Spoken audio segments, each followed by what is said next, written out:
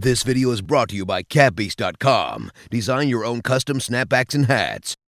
I was painfully addicted to Xans for like 2 years of my life, so. Before Lil Xan blew up on Soundcloud, dropping tracks like Slingshot, Been Bout It, Who Are You, and Betrayed. Before performing at his first sold-out show at the Roxy Theatre in West Hollywood in October of 2017, and getting featured on Lyrical Lemonaid and Genius. When I was a little kid, I thought I was like the second coming to like Jesus. Instead of being the second coming to Jesus, I became like a somewhat poppin' rapper. Before commemorating his song Xanarchy with yet another face tattoo. That's fire, right? Yeah, thank you, bro. This shit is nice. Wow. Ow. Lil Xan grew up in the suburbs of Los Angeles where, according to him, there was no music scene at all. He struggled with substance abuse issues for years and had serious trouble keeping up with school. Eventually, he got into the underground rap scene, becoming a huge fan of Stephen Cannon. But it's doubtful he ever would have become a rapper himself if he didn't lose a $1,200 camera at a concert.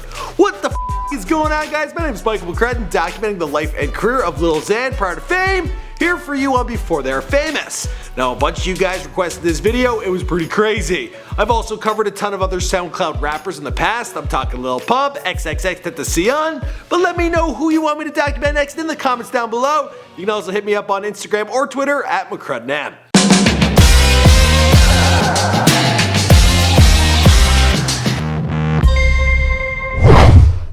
Lil Xan, 8 years old, was failing school at, what, 8 years old? What grade is that? That's fucking elementary. Lil Xan, his real name is Diego, and he was born on September 6, 1996, and grew up in Redlands, California. Now, this may surprise some of his fans, as Lil Xan reps Ohio pretty hard. That's because pretty much everyone who works with him comes from that state. It also seems like he would have preferred to have come from there.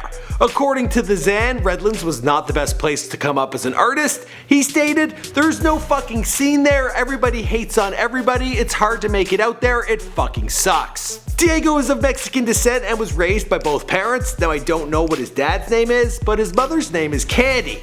We know this because Xan has a tattoo of his mom's name on his left cheek. The kid's been getting tattoos since he was 18 years old, and the placement isn't exactly designed to be easy to hide.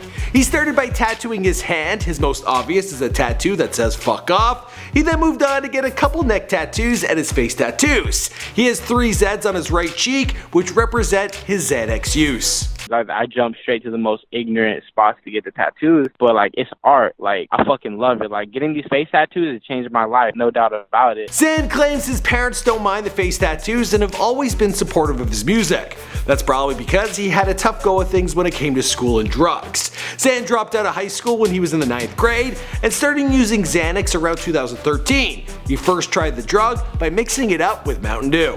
I was painfully addicted to Xans for like 2 years of my life, so I know what it's like to be addicted to that. I was lucky enough to get off that shit. Around this time, he was also doing narcos, benzos, and lean, but his experience with drugs often had serious consequences. He was repeatedly hospitalized because of his drug use, and finally decided to kick the habit. There does exist a video online titled Lil Xan Before He Was Famous, so let's take a look. So Lil Xan, this is what's gonna happen. You gonna take this dab, you gonna take this shot, you gonna sip your little brisket, you gonna chill. Alright? But Lil Xan took to Twitter to clear up any confusion, stating that this video isn't even of him. Diego grew up listening to artists like De La Soul and A Tribe Called Quest. He's also a fan of Mac Miller, but the artist he claims inspired him most was a guy by the name of Playboi Carti. Diego started rapping in April of 2016. Prior to this, he was a big fan of Stephen Cannon, and he would go to his shows regularly to take pictures. Stephen and his crew eventually befriended Xan, and he became their unofficial photographer. Then at a show, his camera was stolen.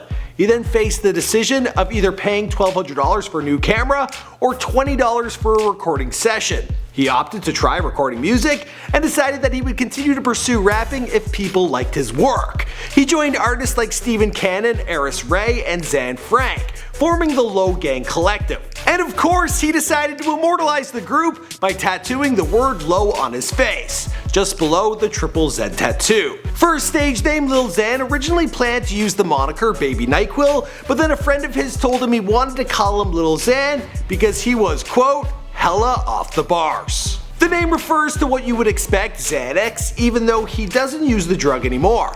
Instead, he has other temptations now, in particular, the ladies. In his interview with Genius, Xan talked about groupies, girlfriends, and mistresses. He claims to have even hooked up with lesbians. I've been fucking with a couple girls that claim to be full lesbian, but they're fucking with me, so I don't know who they're trying to fool. Plus, he claims to have hooked up with the Argentinian model who had previously hooked up with A$AP Rocky. And she's fine as fuck, whatever. She's showing me like pictures of like Rocky asleep on her phone. I'm like, you really fucked Rocky? That's fucking crazy. Like, why are you chilling with me? Now, I once hooked up with a chick who had been with Michael Phelps, but don't hear me telling the world. Shit, I just did. Listen, white boy, nobody fucking asks you. Lil Xan dropped his first song on Soundcloud, Xanny Montoya, in the spring of 2016. He followed that track up with Wolverine featuring Stephen Cannon. Also in 2016, he dropped Bout It, which has been streamed over 1.1 million times, and Who Are You, which is over 2.1 million plays. Lightning Round was dropped around February of 2017 and has gone on to reach over 500,000 plays on SoundCloud. That April, he dropped Slingshot, which has received about 4.2 million streams. Good Run would follow in June of 2017. The next month, he would drop Heartbroke, Pink Roses, and his most popular song to date, Betrayed. August, he would drop No Love, Fuck My Teachers, Pick Up Bitch, and Xanarchy. He commemorated the release of the song with another face tattoo, this one inked by Sean Lindauer of High Seas Tattoo. Yeah, that shit's clean as fuck. I love it, bro. As for the rest of the story, well, we'll have to wait and see because this is before they're famous. My name is Michael McCrudden and I've got 2 more videos for you down below. These are the suggested picks, so perhaps you'll enjoy them. Subscribe to this channel if you haven't already, and let me know on Instagram or Twitter who you want me to document next. I'm McCrudden out. Alright, peace.